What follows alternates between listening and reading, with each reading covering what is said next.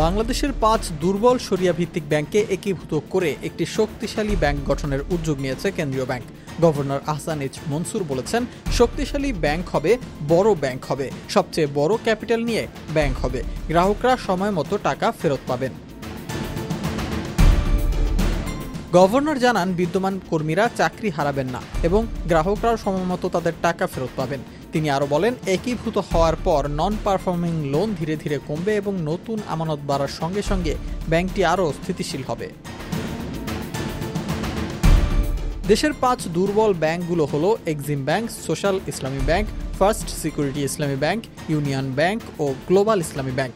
প্রস্তাবিত ব্যাংকের পরিশোধিত মূলধন ধরা হয়েছে ৩৫,০০০ কোটি টাকা, যার মধ্যে ২০,০০০ কোটি টাকা দেবে সরকার, বাকি ১৫,০০০ কোটি টাকা আমানত বীমা ট্রাস্ট তহবিল থেকে আসতে পারে। অর্থনীতিবিদরা এই উদ্যোগকে ব্যাংকিং খাতের জন্য ইতিবাচক উদাহরণ হিসেবে দেখছেন। সিপিডির মোস্তাফিজুর রহমান বলেন, মার্জ করলে বর্তমান অবস্থা থেকে ব্যাংকগুলোর আর্থিক অবস্থা ভালো হবে, কারণ সরকার এতে ফান্ড ইনজেক্ট করছে এবং গ্রাহকদের স্বার্থ রক্ষা প্রধান দায়িত্ব। ৫ ব্যাংকের ঋণের ৭৭% খেলাপি, যেখানে ইউনিয়ন ব্যাংকের খেলাপি ঋণ প্রায় ৯৮%। এর ফলে প্রভিশন ঘাটতি তৈরি হয়েছে হাজার হাজার কোটি টাকা। বিশেষজ্ঞরা মনে করেন, যদি সরকারি মালিকানায় থাকা এই একীভূত ব্যাংক ব্যর্থ হয়, তবুও গ্রাহকরা তাদের আমানত ফেরত পাবেন।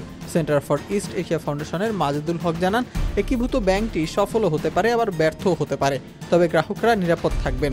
এটি ইসলামী ব্যাংক বাংলাদেশের চেয়েও বড় হবে এবং বিদেশি বিনিয়োগ আকৃষ্ট করতে পারবে।